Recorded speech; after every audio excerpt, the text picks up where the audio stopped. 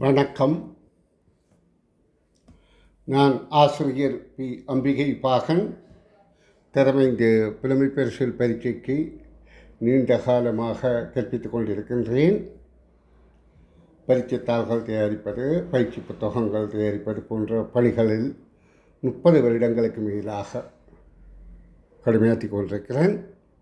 என்னுடைய அனுபவங்களை கொண்டு எதிர்கால பரீட்சைகளுக்கு உதவக்கூடிய முறையில், குறிப்பாக இந்த 2024க்கு உதவக்கூடிய வகையில் 2023 வரையில் 95 1995 2023 வரையில் நடந்த அரச பரீட்சை தாள்களை தழுவி அவற்றை ஒப்பு நோக்கி அவற்றை ஆய்வு செய்து என்னால் தயாரிக்கப்பட்ட எதிர்பார்க்கும் வினாக்களை உள்ளடக்கிய பயிற்சி தாள்கள் 12 வெற்றிக்கனிகளின.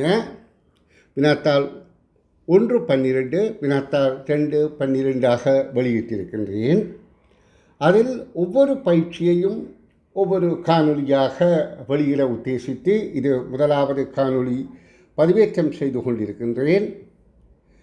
இந்த காணொலியில் நீங்கள் தகவல்களை கொஞ்சத்தை கற்ற பிறகு நீங்கள் வசதியை போல் திரும்ப திரும்ப பார்க்கக்கூடிய வசதியாக இருக்கும்.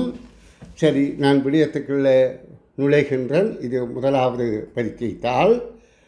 விடைகள் காணுகின்ற விளக்கங்கள் தருகின்றேன். இங்கே கீழே தரப்பட்டுள்ள எல்லா உருக்களுடனும் மிக பொருந்தும் உருவத்தை தெரிவு செய்க. இங்கே இந்த உருக்களை நாங்கள் உற்று நோக்கினால் இது ரெண்டும் இணைந்து இது உருவாகி இருக்கின்றது. அதே போல் இது ரெண்டும் இணைந்து இது உருவாகி இருக்கின்றது. இது ரெண்டும் இணைந்து இது உருவாகி இருக்கின்றது. இது ரெண்டும் இணைந்து இது. அப்போ இறுதியில் இது ரெண்டும் இணைந்து தான் இதுவாக வர வேண்டும்.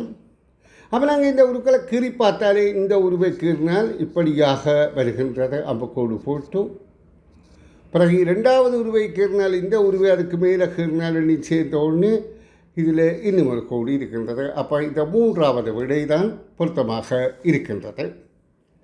இது நாங்கள் நுட்பமாக அவதானிப்பதன் மூலம் விடையை அணுகக்கூடியதாக இருக்கின்றது.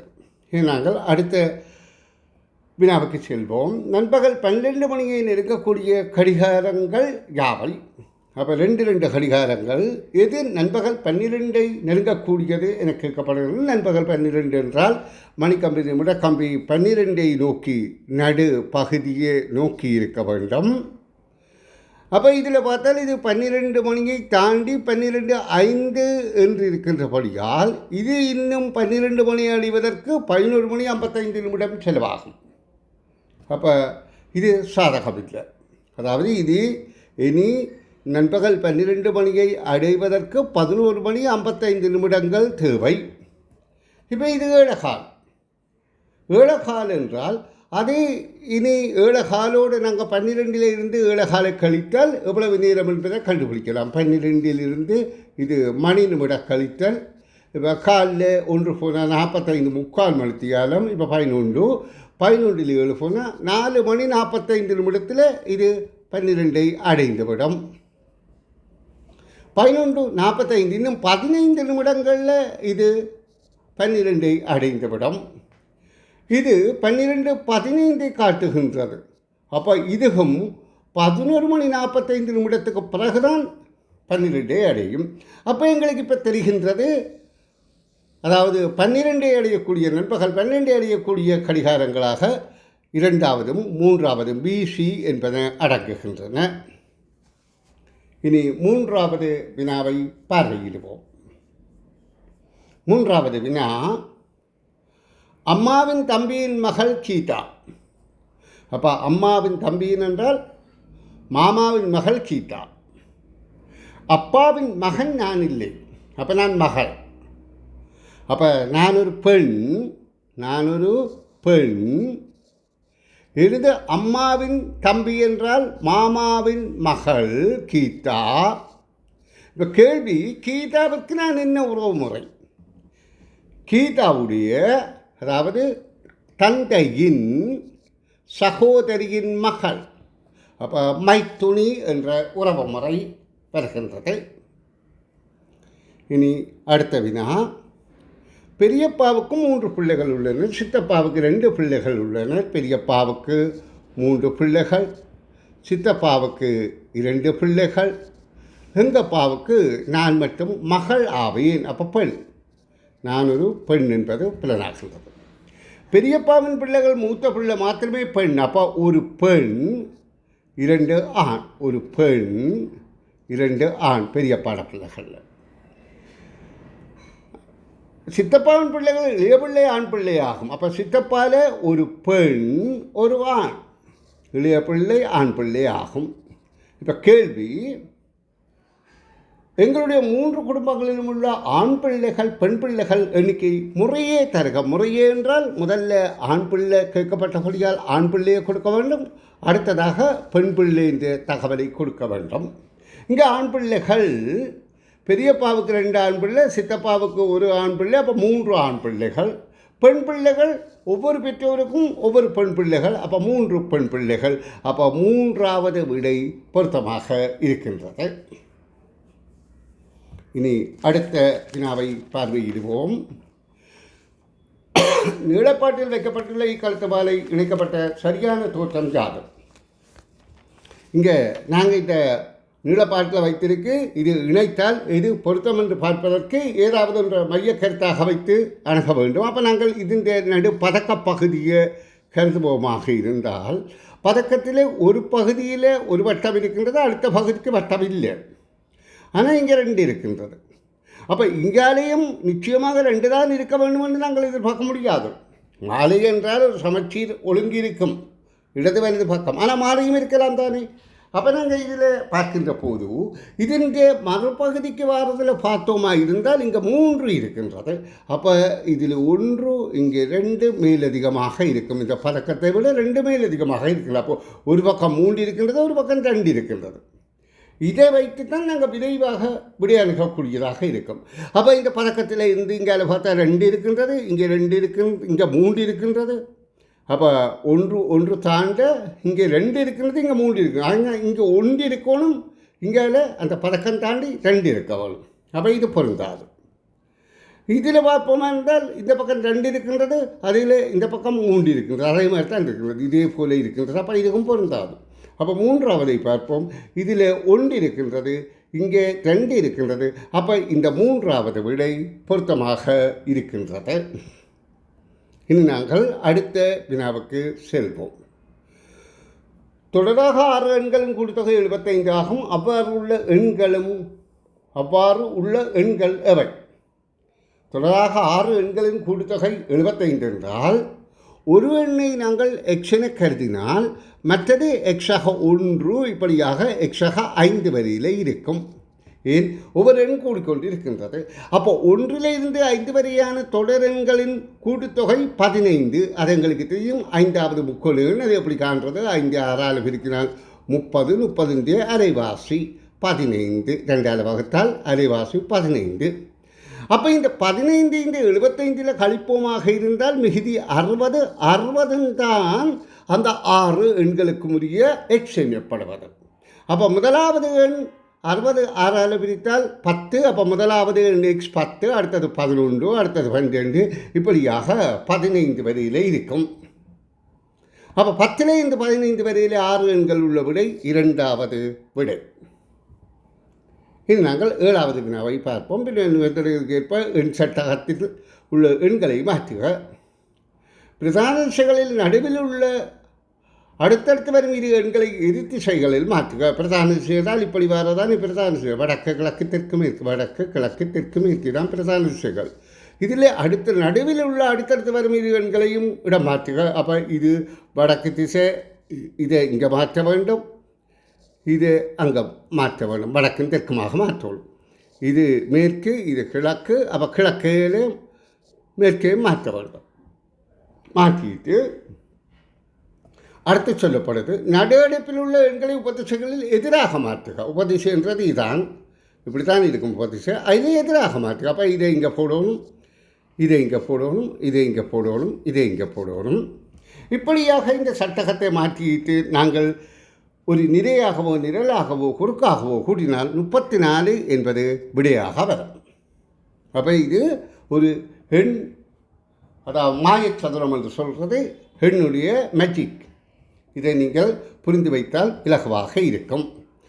இதில் தொடர்ச்சியாக 2-17 வரை என்றால் வேறு என்பதும் அதையெல்லாம் நீங்கள் பயிற்சியில் தொடர்ச்சியாக மேற்கொள்ளுகின்ற போது புரிந்து கொள்ளக்கூடியதாக இருக்கும். இப்போ நாங்கள் அடுத்து 8வது கணிப்புகளின் படி பெருமானம் ஏறுவரிசையில் அமைந்த விடை யாது என்றால், அமைந்த விடை அல்லாதது எது என்று கேட்கப்படுது. அமைந்த விடை யாது என்று கேட்கப்படவில்லை, அமைந்த விடை அல்லாதது எது. அப்போ 2 விட பொருத்தமாக இருக்கும், ஒரு விட பொருத்தம் இல்லாமல் இருக்கும். அப்போ நாங்கள் இதை ஒரு கணிப்பு செய்து பார்ப்போம். இது 3 எனவும் இல்லை, பெருக்கல்ல தான் இப்போ கழித்தலில் தான் பார்க்கலாம். பெரிய 3, இது 2 என்றால் இதன் விடை 1 இருக்கும். அப்படியே நினைக்கல. இப்போ எங்களுக்கு தெரியுது இது 3 2 3 போனால் 1. அப்போ 3ஓட 2 கூட்டினால் 5. இந்த எண் பெருமானத்துக்கு இப்போ ஏறுவரிசையில் அமைக்கிறேன்னா முதல்ல இது வரணும். அப்போ முதல்ல இது இருக்கின்றது, அடுத்த 2 3 இப்படி இருக்கின்றது, அடுத்தது 5க்கு இருக்கின்றது. அப்போ இது ஏறுவரிசையில் அமைந்த விட. ஆனால் இங்கே என்ன கேட்கப்படுது? ஏறுவரிசை அமைந்த விடை அல்லாதது. அப்போ இந்த விடையை நாங்கள் எடுக்க முடியாது, இது சரியான விட. இனி இதே கணிப்புக்குள்ள நாங்கள் ஒரு வேறு பெருமானம் கொடுத்தால், இப்போ பாருங்கோ, இது 6, 6ல் 2 போனால் 4, இது 6ஐயும் 2ஐயும் கூட்டினால் 8 எனக்கு வரும்போது இங்கே மாறுபடுகின்றது. இதுதான் சிறிய எண்ணாக இருக்கின்றது, 2ஐ குறிக்கிறது. அப்போ முக்கோணம் முதலாவதாக வரணும். இங்கே முக்கோணம் முதலாவதாக வர்றது இங்கே இருக்குது. அப்போ முக்கோணம் 2 அங்கே வந்தால் அடுத்தது 3, அதாவது 2க்கு அடுத்தது 4, அதாவது விடையாக வர்றது. அப்போ 4 இது, அடுத்த 4க்கு அடுத்தது 6, 6 என்பது இது, அடுத்தது 8, 8 என்பது இறுதி வட்டம். அப்போ இதுவும் பொருத்தமான விடையாக இருக்கிறபடியா அல்லாத விடை 2வது. அப்போ இதில் பரீட்சைத்தால் கஷ்டம் போல இருந்தாலும் செய்து பழக சரியாக வந்துவிடும். நல்ல பயிற்சி, நிறைந்த பயிற்சி தான் நிச்சய வெற்றியை தரும். இது என்னுடைய வெற்றிக்கணி இதழ்களில் 12 வினாத்தால் ஒன்றும் மிக நுட்பமாக நான் தயாரித்திருக்கிறேன். காரணம் என்று சொன்னால் எங்களோட தமிழ் மொழி மூல மாணவர்களையும், ஏன்னா சிங்கள மொழி மாணவர்களுக்கு நிறைய சலுகை இருக்கின்றது. நிறைய பேர் செய்கிறார்கள், அதிக கர்சனையோடு செய்கிறார்கள், தமிழையும் செய்கின்றார்கள். என்றாலும் பத்தாது. ஏனென்றால் அது அவர்கள் இதில் யூடியூப்பில் போட்டால் கூட எல்லோரும் பார்க்குறது இல்லை, எல்லோரும் அதாவது முன்னேற துடிக்கிறது இல்லை. அதாவது அவை யூடியூப் என்றால் உண்மையிலே பழுதும் இருக்கலாம், நன்மையும் இருக்கலாம், நாங்கள் நல்லதை பயன்படுத்தி கொள்கிறது. அப்போ அதை கண்காணித்து பிள்ளைகளை அதாவது இது பெற்றோர் தான் பார்க்க வேண்டும் என்று நான் இது பார்க்குறேன். பெற்றோர் பார்த்த பிள்ளைகளுக்கு ஊட்ட வேணும். எப்படி தன் சத்தத்தை தானே பாலாக்கி பிள்ளைக்கு ஊட்டினா அது மாதிரி. சரி, இனி வெளியத்துக்கு வருவோம். அடுத்த கேள்வி, கதிரவன் எத்தனையாம் தரத்தில் கற்கின்றான் என்பது கேள்வி. அப்போ இங்கே கதிரவனை பற்றிய தகவல் நாங்கள் அறிய வேணும். அவன் முதலாவதில் மாலதியின் சகபாடி கதிரவன் என்று இருக்குது. விமலா 4ஆம் தரத்தில் கற்கின்றாள் என்று இருக்கின்றது. கதிரவன் 5ஆம் தர பரீட்சைக்கு தயாராகவில்லை என்று, விமலாவை விட ஒரு தரம் குறைவாக உள்ள ஒரு மாதிரி விமலாவின் அண்ணா கதிரவனை விட மூத்தவன் என்று இருக்கிறார். அவன் இந்த தகவல்களை ஒழுங்கமைத்து கதிரவன் எத்தனையாம் தரத்தில் கற்கின்றான் என்பதை காண்பதற்கு இலகுவாக விரைவாக காண்பதற்கு இந்த விடையை அணுகி நாங்கள் பார்க்கலாம். விடையேற்பே இது பொருத்தம் என்று. இந்த விடையை பொருத்தமானு பார்த்தால் இந்த 3 தகவல், மாலதியின் சகபாடி கதிரவன். அப்போ மாலதியோட வகுப்பில் படிக்கிறவன் விரை வகுப்பு. அப்போ மாலதி இந்த தெரிஞ்ச இத்தனாம் வகுப்புனா கதிரவன் இத்தனாம் தரமேடி சொல்லலாம். ஆனால் இங்கே இனி மாலதியை பார்ப்போம். விமலா 4ஆம் தரத்தில் கற்கின்றால் இது ஒரு சம்மந்தமில்லாத விடயம். கதிரவன் 5ஆம் தரத்தில் கற்கின்ற. வணக்கம். 9வது வினா பார்வையிட்டுக் கொண்டிருந்தோம். கதிரவன் எத்தனையாம் தரத்தில் கற்கின்றான் என்பதை அறிவதற்கு பொருத்தமான 3 கூற்றுக்கள் இவை. மாலதியின் சகபாடி கதிரவன், அதாவது முதலாவது விடைக்கேற்ப மாலதியின் சகபாடி கதிரவன் விமலா 4ஆம் தரத்தில் கற்கின்றால் கதிரவன் 5ஆம் தர பரீட்சைக்கு தயாராகவில்லை என்ற தகவலை கொண்டு நாங்கள் கதிரவன் எத்தனையாம் தரமினை காண்பது கடினம். 2வது விடைக்கு பொருத்தமான பார்ப்போம். அதாவது ABD.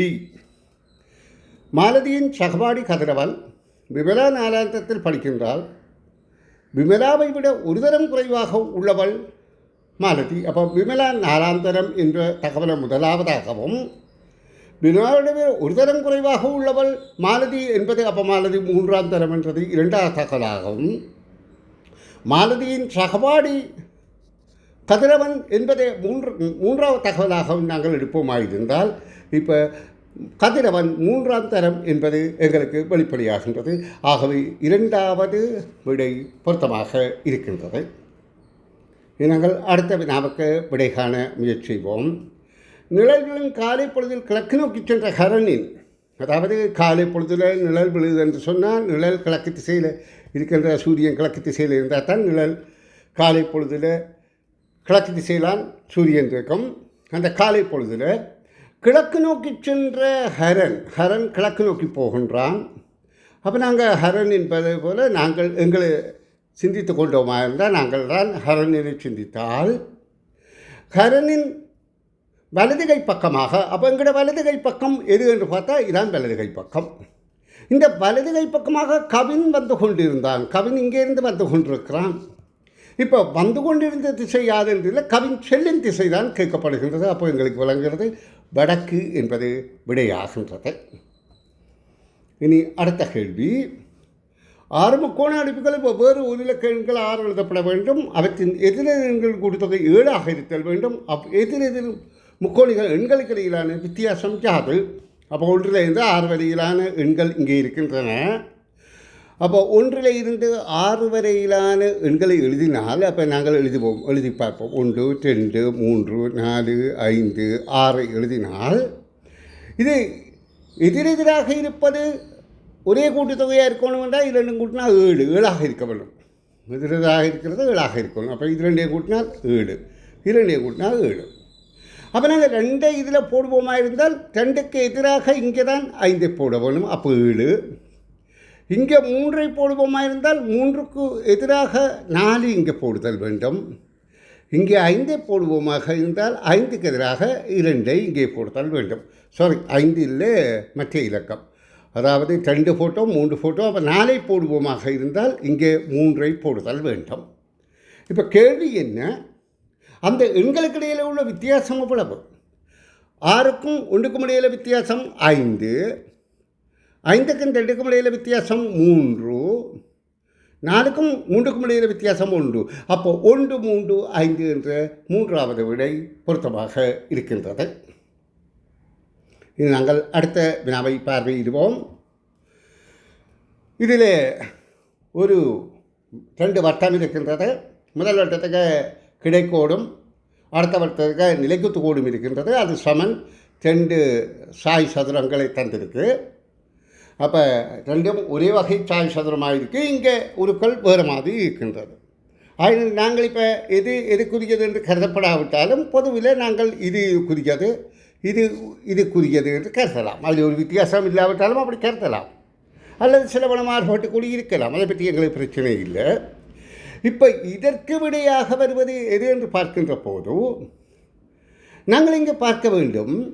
இதில் 2 ஒரு கிடைக்கோடு ஒரு நிலைக்குத்து கோடு இருக்கின்றது. அடுத்தது அப்போ இது சமனாக இருக்கும். அப்போ இதுக்கு சமன் என்று சொன்னால் இந்த நிலைக்குத்தின் கிடையும் இதுக்குள்ள வரும். இதுக்குள்ள ஒரு கிடை இருக்கென்று வைத்துக்கொள்வோம். இதுக்குள்ள ஒரு நிலைக்குத்து இருக்கென்று வைத்துக்கொள்வோம். அப்போ 2 நிலைக்குத்தும் ஒரு கிடைக்கூடும் உள்ளதாக இருக்க வேண்டும். அப்போ இதுக்கு 2 கிடை இருக்கின்றது, ஒரு நிலைக்குத்து இருக்கிறது. அப்போ இது பொருத்தா 2 நிலைக்குத்து இருக்கணும். அப்போ இது 2 நிலைக்குத்து இருக்கின்றது, ஒரு கிடை இருக்கின்றது, பொருத்தமாக இருக்கின்றது. இங்கே அப்படி இல்லை.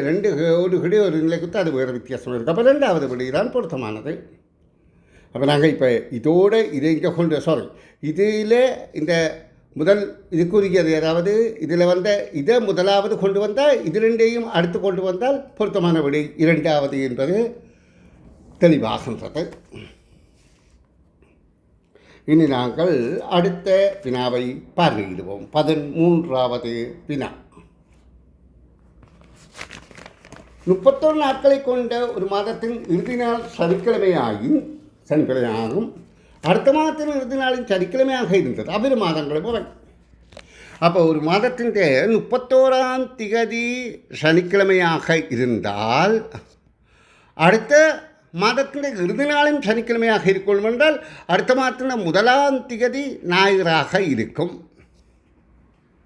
அப்போ ஞாயிறோடு நாங்கள் 7 கூட்டினால் 8, 15, 22, 29. 29,000 இருக்கும். ஆனால் அடுத்த சனிக்கிழமையாக இருக்கணும் என்றால் அது 28ஆக இருக்கணும். அப்போ 28 நாளில் முடிகிற மாதம்தான் மாதத்தில் கடைசி நாளும் சனிக்கிழமையாக இருக்க முடியும். அப்போ 28 நாட்களில் முடிகிற மாதம் என்றால் அது மாசி மாதம். அப்போ தை மாசி என்ற பொருத்தமான விடையாக இருக்கின்றது.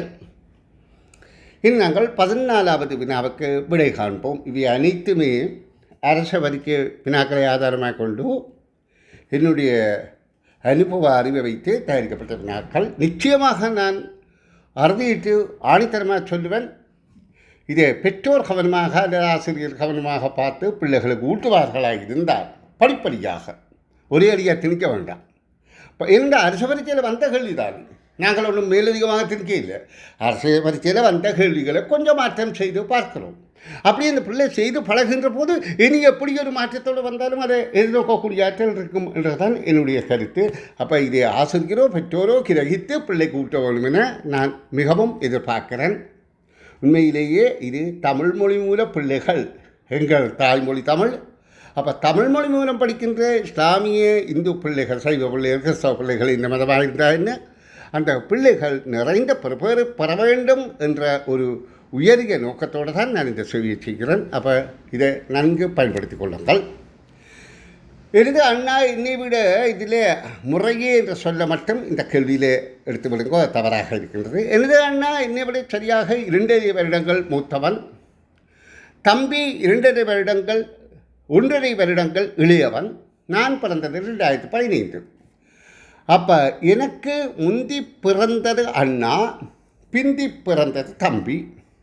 அப்போ இங்கே அண்ணா என்று கேட்டபடியால் அண்ணா என்ற இங்கே முறையே இல்லாதபடியால், முறையே என்று தான் முதல்ல அண்ணா வரணும், பிறகு தம்பி வரணும். ஆனால் இங்கே விடைகள் முதல்ல தம்பி வந்து 2வது அண்ணா வந்திருக்கின்றது. அப்போ நாங்கள் முதல் தம்பியுடைய விடயத்தை பார்ப்போம். ஏன் அதான் இங்கே முதல்ல வந்திருக்கு. அப்போ 2015 நான் பிறந்தால் எனக்கு பிறகுதான தம்பி பிறந்திருப்பான். தம்பி ஒன்றில் 2017, 18, 17, 18, 18, 19 இதில் எதில் பிறந்தார் என்று பார்த்தால் 2015 நான் பிறந்தால் எனக்கு 2 வருடங்களுக்கு முதல் என்றால் வருடக்கணக்கில் பார்த்தால் 2015 நான் 1 இருந்து 6ஆம் மாதம் வரைக்கும் பிறந்திருக்கலாம், அல்லது 7 இருந்து 12ஆம் மாதத்துக்குள் பிறந்திருக்கலாம். அந்த அரை வருடம் இங்கே சரியாக சொல்லவில்லை. 2015 பிறந்தேன்னு தான் சொல்லியிருக்கு. அப்போ முதலாறு மாதத்துக்கு நான் பிறந்திருந்தால் இதில் இருந்து 2.5 வருடத்தை கழிக்கணும். 2.5 வருடத்தை கழித்தாயின்னா 3 வருடத்தை கழித்தாயின்னா அது, அதாவது 2.5 வருடத்தை கூட்ட வேணும். ஏன் பிந்தித்தானே பிறந்தவன். அப்போ 2.5 வருடத்தை கூட்டினாயின்னா 3 வருடத்தை கூட்டினாயின்னா இது 2018 இருக்கும். அப்படி இல்லை 7 மாதம் 12 மாதத்துக்கு பிறந்தானா இருந்தால் அரை வருடம் இதுக்கு போனால் இதோடு 2 கூட்டினால் 2017 இருக்கும். அப்போ தம்பி பிறந்தது 2017 அல்லது 18 என்ற இந்த விடையும் பொருத்தம், இந்த விடையும் பொருத்தம், இந்த விடை பொருந்தாது. இனி அண்ணாவை பார்ப்போம். அண்ணா என்பது எனக்கு முன்னுக்கு பிறந்தவர், முதல் பிறந்தவர். அப்போ 2015 முன் 3 வருடம் முந்தி இதிலையும் இதுக்குள்ளே பிறந்திருக்கலாம், நான் இதுக்குள்ளே பிறந்திருக்கலாம். நான் இதில் அதாவது 7-20 பிறந்திருந்தால் இந்த அரை வருடம் போனால் 2 வருடம் அவன் முந்தி பிறந்திருக்கலாம். அப்போ முந்தி என்றால் 2 வருடத்தை கழித்தால் 2013 இருக்கலாம். அப்போ 2013 இருக்கலாம். அப்படி இல்லை நான் இதில் பிறந்திருந்தால் இது 3 வருடத்தை கழிக்கோடும். அப்போ 2012 இருக்கலாம். அப்போ இந்த வழிதான் பொருத்தமாக இருக்கின்றது. இது பொருந்தாது. அப்போ இதில் விடை இது பொருந்துகின்றது. இது கடினம் என்று யாராவது கருதுவீர்களாக இருந்தால் கடினம் அல்ல. கொஞ்சம் மெல்ல மெல்ல குழந்தைக்கு பயிற்சி அளிக்க தஞ்சவாளில் பிள்ளை பிடிக்கிறோம். எனது அனுபவத்தை கொண்டு சொல்கிறேன். நான் நீண்ட காலம் கற்பித்தினால் பிள்ளைகளது திறமை எனக்கு தெரியும். இப்போ வர வர நல்ல புத்தி கூர்மையாக பிள்ளைகள் ஆகிறார்கள். அப்போ நீங்கள் பயப்படவே தேவையில்லை. நிச்சயமாக நல்ல பருவம் கிடைக்கும். அப்போ உங்களோட திறமை தான் முக்கியம். சரி, அன்று ஞாயிற்றுக்கிழமை காலையில் ஞானவி படிக்க ஆரம்பித்த நேரம் கடிகார முட்கள் நிலைக்குத்து கிடையாக செங்கோணத்தில் காணப்பட்டன. அப்போ 9 மணியாக இருக்கின்றது. அதாவது நிலைக்குத்தாக ஒரு கம்பியும் கிடையாக ஒரு கம்பியும் காலையில்.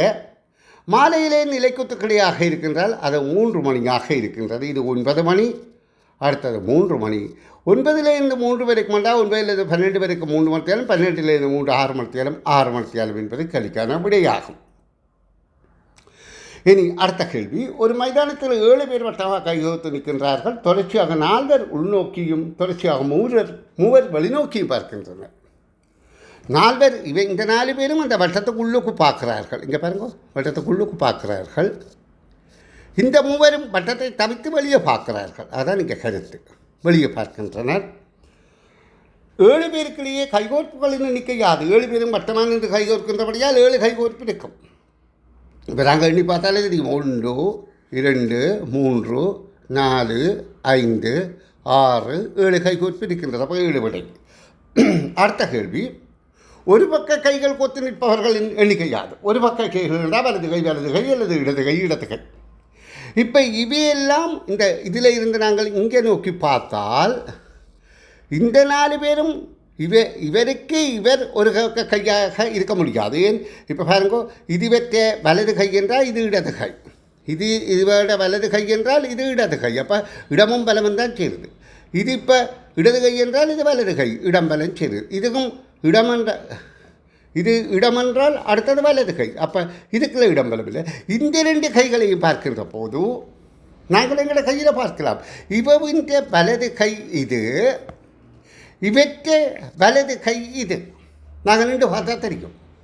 அதேமாதிரி இந்த இடத்திலையும் நாங்கள் நின்று பார்க்கின்ற போது இது இடது கை, இது இப்படியா பார்த்து கொண்டிருக்கிறதோ இது இடது கை. அப்போ இந்த 2 பேரும் தான் வலது கை இடது கை ஒரே பக்க கைகளை கோத்து நிற்கிறார்கள். அப்படி எண்ணிக்கை 2 என்பது கேள்விக்கான விடையாகும். அடுத்த 18வது கேள்வி. உருக்கோலத்தை பார்க்கவும். இந்த உருக்கோலத்தை பார்த்து அடுத்தது எவ்வாறு வரும் என்று கேட்கப்படுகின்றது. அப்போ இது அப்படியே இருக்கின்றது. இந்த கோடு இது 2 தான் இடம் மாறுது, ஒன்று கொண்டு மாறும். அப்போ அதே மாதிரி அப்போ இது 2 அப்படியே இருக்கும். இது 2 தான் இடம் மாறப்போகுது. அப்போ இது இங்கே வரும், இது இங்கே போகும், இது இங்கே போனால் இப்படி வரும். அப்போ 3வது விடை தான் பொருத்தமாக இருக்கின்றது. அடுத்த 19வது கேள்வி. ஒரு வருடத்தின் ஜனவரி மாதம் 1ஆம் தேதி திங்கட்கிழமை, வருடத்தின் இறுதி நாளான டிசம்பர் 31ஆம் தேதி நிச்சயமாக இல்லாத கிழமை நாள் யாது? இந்த சொற்களை நல்ல கவனமாக பார்க்கணும். அதாவது ஒரு வருடத்தின் ஜனவரி 1ஆம் தேதி திங்கட்கிழமை, ஜனவரி 1ஆம் தேதி திங்கட்கிழமையாக இருந்தால் அவ்வரிடத்தின் டிசம்பர் 31ஆம் தேதி இல்லாத நாள் என்று கேட்கப்படுது. அப்போ எங்களுக்கு தெரியணும், ஒரு வருடத்தில் 365 அல்லது 366 இல்லை. இப்போ இடத்துல 366, சாதாரண இடத்துல 365. 365 நாங்கள் 7ஆல் வகுப்பமாக இருந்தால் 52ம் 52ம் 1 மீதி வருகின்றது.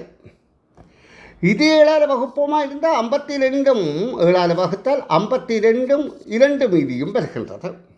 அப்போ 1 மீதி வருகிறதென்றால் அதில் 53 திங்கட்கிழமைகள் இருக்கின்றது. அப்போ திங்கட்கிழமையிலே ஆரம்பித்து அது திங்கட்கிழமையில் தான் டிசம்பர் 31 முடியுது. 52 2 மீதி என்று சொன்னால் திங்கட்கிழமையிலே ஆரம்பித்து செவ்வாயில் முடிகின்றது. அப்போ திங்களும் செவ்வாயும் வரலாம், ஞாயிறு வர முடியாது என்பதுதான் கேள்விக்கான விடை. இனி அடுத்த வினா. 5 பிள்ளைகள் பெற்ற கமலாவின் மூத்த பிள்ளை ஆண் பிள்ளையாகும். அப்போ கமலாவுக்கு 5 பிள்ளைகள் இருக்கின்றது என்று வைத்துக்கொள்வோம். மூத்த பிள்ளை ஆண் பிள்ளையாகும். அவனுக்கு 2 தம்பிமாரும். அவனுக்கு 2 தம்பிமார் என்றால் 2 ஆண்களும் 2 பெண்களும் இருக்கிறார்கள். 2 தங்கைமாரும் உள்ளனர். கமலாவின் இளைய பிள்ளைக்கு 2 அண்ணாமாரும். அப்போ மூத்த பிள்ளை ஆண் பிள்ளைன்னு சொன்னது, இளைய பிள்ளை யாருன்னு சொல்லல. இளைய பிள்ளைக்கு 2 அண்ணாமாரும் 2 அக்காமாரும் இருக்கிறார்கள். அண்ணாமார் 2 அக்காமார். அப்போ 2 அண்ணாமார் என்றால் இந்த குடும்பத்தில் மொத்தம் 3 ஆண்கள் இருக்கணும். இவர் ஒரு ஆள், இந்த 2 ஆண்கள் இங்கே தான் 3 ஆண். அப்போ இவரும் ஆணாகத்தான் இருக்க வேண்டும். ஆணாக இருந்தால்தானே இவருக்கு மேலே 2 ஆண்கள் இருக்க முடியும். இவர் ஒரு ஆள், பெரியவரையும் சேர்த்து மூத்தவரையும் சேர்த்து இன்னொரு ஆள், 2 பெண்களும் இருக்க முடியும். அப்போ இந்த மூவர் பற்றி தான் இங்கே கேட்கப்படுகின்றது. அதில் 2 பெண்கள் இருப்பார்கள், 1 ஆண் இருப்பார். அப்போ 2வது விடை பொருத்தமாக இருக்கின்றது. இனி 21வது கேள்வியை பார்ப்போம். இங்கே 30 cm நீளமான அடிமட்டத்தினால் ஏயிலிருந்து பி வரையிலான தூரம் மேலே காட்டப்பட்டவர் அளவிடப்பட்டது. அடிமட்டத்தின் அம்பக்கோடு உள்ள இடம் 5 தடவைகள் நிலத்தில் முட்டிய பின் இறுதியில் 6வது தடவையாக பி எனும் இடத்தில் முட்டியது. எனவே ஏயிலிருந்து பிக்கான தூரம் சாட்டு. இப்போ முதல்ல 30 சிஎம்மில் இது அடிமட்டம் அம்பக்கோடு இங்கே முட்டுகின்றது. அடுத்த தடவை முட்டுவது 60 சிஎம்மிலே. இது இதில் அம்பக்கோடு இல்லை, அடுத்த இதில் அம்பக்கோடு வரும். அது இப்போ இங்கே வந்த பிறகு இது திரும்ப இங்கே இங்கே இருந்து திரும்ப போய்க்கான்னு வரும். அப்போ 60 சிஎம்மிலான்னு முட்டும். அப்போ 6 தடவை எண்ணிக்கு அது 6 தடவை முட்டுதென்றால் இங்கே 5 தடவை முட்டுது, இது 6 தடவை. அப்போ 5 2 10 11 தடவை இந்த அடிமட்டத்தாலே அளக்கப்படுகின்றது. அப்போ 30 11ஆல் நாங்கள் பெருக்கினா 330 சிஎம். அப்போ 3 மீட்டர் 330 சிஎம் என்பது கேள்விக்கான விடை ஆகும். இனி 22வது கேள்வி. இந்த கேள்வியிலே ஆண்கள் நேர்கோடாகவும் பெண்களுக்கு கீழே முக்கோணமாக பாவாடை என்ற கருத்திலையும் படம் சித்திரம் கிடப்பட்டுள்ளது. அப்போ 3 அடைப்புகளில் உள்ளவர்கள் அப்படியே 3 வரிசையாக கைகோத்து நிற்பார்களாயின் ஆணான் பெண் என கைகோத்து நிற்பவர்களின் எண்ணிக்கை யாது என்று கேட்கப்படுது. அப்போ எல்லோரும் கைகோத்து நின்றால் இவையும் கைகோப்பா. அப்போ ஒரு ஆணான், இங்கே ஒரு பெண், அடுத்ததும் இங்கே ஆணான். இப்போ ஆணான் என்று சொன்னால் இது ஒரு ஆணான், அடுத்தது அடைப்பில் ஒரு ஆணான், அடுத்தது இதுக்குள்ள ஒரு பெண், இதுக்குள்ள ஒரு ஆணான். அப்போ 3ஆவது விடை தான் பொருத்தமாக இருக்கின்றது. ஆணான் அல்லது பெண்ணாக கைகோத்து நிற்பவர்களுக்கு தான் கேட்கப்படுது. அவர்கள் அனைவரும் ஒரு வரிசையாக கைகோத்து நிற்பார்கள் ஆயின் கைகோத்தவர்களின் ஆணான் பெண் ஆண் பெண் அல்லது பெண் ஆண் என்றது 2 ஒரு கருத்து. அதாவது ஆணும் பெண் அல்ல பெண்ணுக்கான் கைகோத்து நிற்பவர்களின் எண்ணிக்கைகள் அமையும் முறை யாது என்று கேட்குது. அப்போ நாங்கள் இதில் இவை கைகோர்க்கின்ற போது இது ஒரு ஆணான முதல் பார்ப்போம். இது ஒரு ஆணான், இதிலே ஆண் பெண் வருகின்றது. அப்போ இதில் அடுத்ததாக ஆணான் வருவது இதில் 2. அப்போ 2 ஆணான் தான் வரும். அப்போ இந்த 2வது விட பொருந்தாது. இது 2 ஆணான் சரி பொருத்தமாக இருக்கின்றது. பெண்கள் பார்ப்போமாக இருந்தால் பெண் ஒரு பெண் ரோமண்டில் போடுறன் ஒரு பெண். அடுத்த இதில் 2வது பெண் அவர் 2 தான் இருக்கும். அப்போ 2 பெண் இருக்கிறது. அதாவது பொருத்தமான விடையில் இது அல்ல. அப்போ இதுதான் பொருத்தமாக இருக்கின்றது. அப்போ ஆண் பெண் 7 இருக்கான்னு பார்ப்போம். ஆண் பெண் என்பது இதில் ஒரு ஆண் பெண், இதில் ஒரு ஆண் பெண், இதில் ஒரு ஆண் பெண், இதில் ஒரு ஆண் பெண், இங்கே ஒரு ஆண் பெண், இது பெண், அடுத்த இது பெண், அடுத்தது ஆண் பெண், அடுத்தது ஆணான், இது ஆண் பெண். அப்போ நாங்கள் எண்ணி பார்த்தால் 1 2 3 4 5 6 7 பொருத்தமாக இருக்கின்றது. அப்போ 1வது விடையே பொருத்தமானதாக இருக்கின்றன. இனி நாங்கள் 24வது வினாவுக்கு செல்வோம். பின்வரும் தகவல்களை கருத்தில் கொள்க. தமிழ் மொழி பேசுவோர் ஆங்கில மொழியும் பேசுவார்கள், சிங்கள மொழி பேசுவோர் தமிழ் மொழி பேச மாட்டார்கள், சிங்கள மொழி தெரியாதோர் சீன மொழியும் பேசுவார்கள். இதற்கமே 3 மொழிகளை பேசக்கூடியவர்கள் யார்? இதில் 4 மொழிகள் பற்றிய தகவல் தந்திருக்கு. தமிழ் மொழி, ஆங்கில மொழி, சிங்கள மொழி, சீன மொழி. 4 மொழிகள். மொழியைச் சேர்ந்தவர்கள் என்பது 3 மொழிகளையும் பேசக்கூடியவர்கள் யார் என்று அதாவது கேட்கப்படுகின்றது. அப்போ முதல்ல சொல்லப்படுது தமிழ் மொழி பேசுவோர் ஆங்கில மொழி பேசுவார்கள், தமிழ் மொழி பேசுகிறவை ஆங்கில மொழியும் பேசுவார்கள். சிங்கள மொழி பேசுவோர் தமிழ் மொழி பேச மாட்டார்கள். அப்போ சிங்களம் பேசுகிறவர்கள் தமிழ் மொழி பேச மாட்டார்கள். அடுத்த சிங்கள மொழி தெரியாதவர்கள் சீன மொழியும் பேசுவார்கள். அப்போ சிங்கள மொழி தெரியாதவர்கள் என்பது இந்த தமிழ்லாம் எங்களுக்கு நிச்சயமாக தெரியும், ஆங்கில மொழியை பற்றி சொல்லி இல்லை. அப்போ சிங்கள மொழி தெரியாதவர்கள் சீன மொழியும் பேசுவார்கள். அப்போ எங்களுக்கு நிச்சயமாக சொல்லக்கூடியது 3 மொழியும் பேசக்கூடியவர்கள் தமிழர்கள். இனி அடுத்த வினாக்களுக்குரிய விடயங்கள் கொள்கை 4 எழுத்துக்கள் பரப்பளவு கூடிய எழுத்து யாது என்றால் எங்களுக்கு அதன் நீள அகலத்தை அடிப்படையாக வைத்து பார்த்தா தெரியுது இதான் பரப்பளவு கூடியது. பரப்பளவு குறைந்த எழுத்து என்பது ஐ என்பது தெரிகின்றது, சுற்றளவு குறைந்தது ஐ என்பது புரிகின்றது. அப்போ இது 2க்கும் இதுதான் பொருத்தமான விடையாக இருக்கின்றது. இனி நாங்கள் அடுத்த வினாவை பார்ப்போம். கீழே உருவிலே 8 ஒரே வகையான பச்சக்கரங்கள் ஒன்றோடு ஒரு பற்களால் ருசிக்கொண்டு சுற்றக்கூடியவை. சக்கரம் அம்புக்குறி காட்டிய திசையில் வலஞ்சுழியாக சுற்றுமே, வலஞ்சுழியாக சுற்றுமே ஏனைய சக்கரங்களவை. ஏ வலஞ்சுழியாக சுற்றினால் சியும் வலஞ்சுழியாக சுற்றும், ஈயும் வலஞ்சுழியாக சுற்றும், ஒன்று விட்டு ஈயும் வலஞ்சுழியாக சுற்றும். அப்போ CEG என்ற மூன்றாவது விடை CEG. அடுத்த கேள்வி, பாடசாலை பிள்ளைகளின் சித்திரைக்கை கைப்படி கண்காட்சி ஒரு வெள்ளிக்கிழமை 18 நாட்கள் நடைபெற்ற முடிவடைந்த நாள் யாது? அப்போ வெள்ளியில் இருந்து வெள்ளி வரைக்கும் 8 நாட்கள், ஒரு வெள்ளியில் இருந்து அடுத்த வெள்ளி வரைக்கும் 8 நாட்களில் வெள்ளிக்கிழமையும் சேருது. அப்போ இங்கே 18 நாள் என்றபடியா அதுக்கடுத்த சனியிலிருந்து வெள்ளி வரைக்கும் 8 நாள், 7 நாள், சாரி, ஒரு வெள்ளியிலேருந்து ஒரு வெள்ளி வரைக்கும் 8 நாள், அடுத்த வெள்ளிக்கு அடுத்த சனியிலேருந்து வெள்ளி வரைக்கும் 7 நாள். அப்போ ஒரு வெள்ளியிலேருந்து அடுத்த வெள்ளி வரையும் மற்றும் 15 நாள். இப்போ எங்களுக்கு கேட்கப்படுறது 18வது நாள் தான் முடியுது, 16, 17, 18வது நாள். இப்போ வெள்ளிக்கிழமை 15வது நாள் என்றால் இது சனியாக இருக்கும், வெள்ளியோட வெள்ளி, ஏன் சனியிலேருந்து வெள்ளி வரைக்கும். அப்போ சனி, இது ஞாயிறு, இது திங்கட்கிழமை, 18ஆம் நாள் திங்கட்கிழமை என்பது கேள்விக்கான விடையாகும். அம்புக்குறிகளின் மூலம் காட்டப்படும் பாதைகளின் வழியே ஏயிலிருந்து பி வரைக்கும் செல்வதற்கான தூரம் கூடிய பாதை இது. தூரம் கூடிய பாதை காண வேண்டும். அப்போ நாங்கள் இந்த அம்புக்கோடுகள் எண்ணிக்கையை கண்டுதான் இந்த விடைகளை அணுக வேண்டும். இதிலே அம்புக்கோடு 1, 2, 3, 4, 5, 6 இருக்கின்றது. இதிலே அம்புக்கோடு 1, 2, 3, 4, 5 இருக்கின்றது. இதிலே அம்புக்கோடு 1, 2, 3, 4, 5, 6, 7 இருக்கின்றது. அப்போ அதிக அம்புக்கோடு உள்ளது, நீளம் கூடிய பாதை 3வது விடை பொருத்தமானதாக இருக்கின்றது. இனி அடுத்த, இங்கே XY ஆகியவற்றின் பரிமாணங்கள் முறையே. இப்போ இது எண்கோலம் என்றால் இதுக்கும் இடையில வித்தியாசம் ஒன்றை தாண்டி 6, சகார் பொது வித்தியாசம், இதுக்கும் இடையில பொது வித்தியாசம் சகம் 3. அப்போ எங்களுக்கு தெரியுது அடுத்தடுத்த எண்களுக்கு இடையில் 3 வித்தியாசம், இது 6, 9, இது 9, 12, 15. அப்போ 9 என்பது இப்படியாக அமைகின்றது. உருவில் ABC எனும் சக்கர எனும் வட்டங்கள் ஒன்று ஒத்தவை. அவை நிறுத்தப்பட்ட உள்ள பகுதி பரப்பளவு 20 சதுர சென்டிமீட்டராகும். முழு உருவத்தின் பரப்பளவு பற்றிய சரியான கூற்று அல்லாதது யாது? கூற்று அல்லாதது. அப்போ 2 கூற்று சரியாக இருக்கும், ஒரு கூற்று தான் தவறு.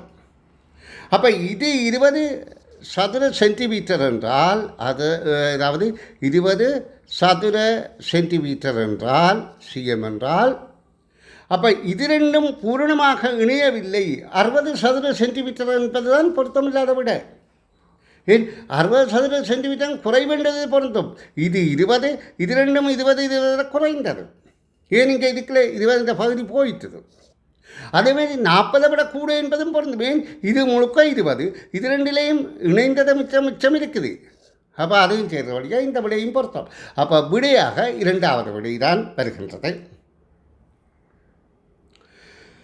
சங்கரின் தந்தையின் தந்தைக்கும் சங்கரின் தம்பியின் தந்தைக்கும் இடையிலான உறவுமுறை யாது? அப்போ இங்கே ஒரு தகவலும் கஷ்டமல்ல, தகப்பனும் மகனும் என்பது விளங்குது. சங்கர், இது தந்தை, இது சங்கர், இது தந்தை, இது தந்தை. அடுத்த சங்கரின் தந்தையின் தந்தைக்கும் சங்கரின் தந்தையின் தந்தைக்கும் சங்கரின் தம்பியின் தந்தைக்கும் இடையில் உள்ள உறவு முறையாது. அப்போ தந்தை மகன் வித்தியாசமானது. இது கொஞ்சம் இலகுபடுத்துறதுக்காக இவை ரெண்டும் வீட்டில் வளர்க்கப்படுறது, இதுதான் வித்தியாசம். இவை ரெண்டும் 4 கால்கள் கொண்டது, வீடுகளில் வளர்க்கப்படும். இது நீர்லான் வாழும், இது தரையில் வாழும், இது உலக வாழி, அது வித்தியாசம். அடுத்த 36வது கேள்வியில் இந்த இடத்துல வர வேண்டிய உரு எது என்று கேட்கப்படுகின்றது. இங்கே நாங்கள் இந்த உருக்களுக்கு இடையில் ஏதும் மாறுபாடு நடக்குதுன்னா ஒழுங்கற்ற முறையில் தான் மாறுபாடுகள் இருக்கின்றது. அப்போ இந்த இடத்துல வர வேண்டிய உரு இங்கே எல்லாத்திலேயுமே 2 சதுரம் ஒரு முக்கோணம் ஒரு வட்டம், 2 சதுரம் ஒரு முக்கோணம் ஒரு வட்டம், 2 சதுரம் ஒரு முக்கோணம் ஒரு வட்டம், 2 சதுரம் ஒரு முக்கோணம் ஒரு வட்டம் இருக்கின்றது. அப்போ அப்படி அமைந்த விடை எது என்று பார்த்தால் 2 சதுரம் ஒரு முக்கோணம் ஒரு வட்டம், இதுதான் பொருத்தமாக இருக்கின்றது. இங்கே 2 சதுரம் ஒரு முக்கோணம் ஒரு வட்டம். இங்கே அப்போ இடத்தில் இடப்பட வேண்டியது இங்கே ஒரு சதுரம் 2 முக்கோணம் இருக்கின்றது.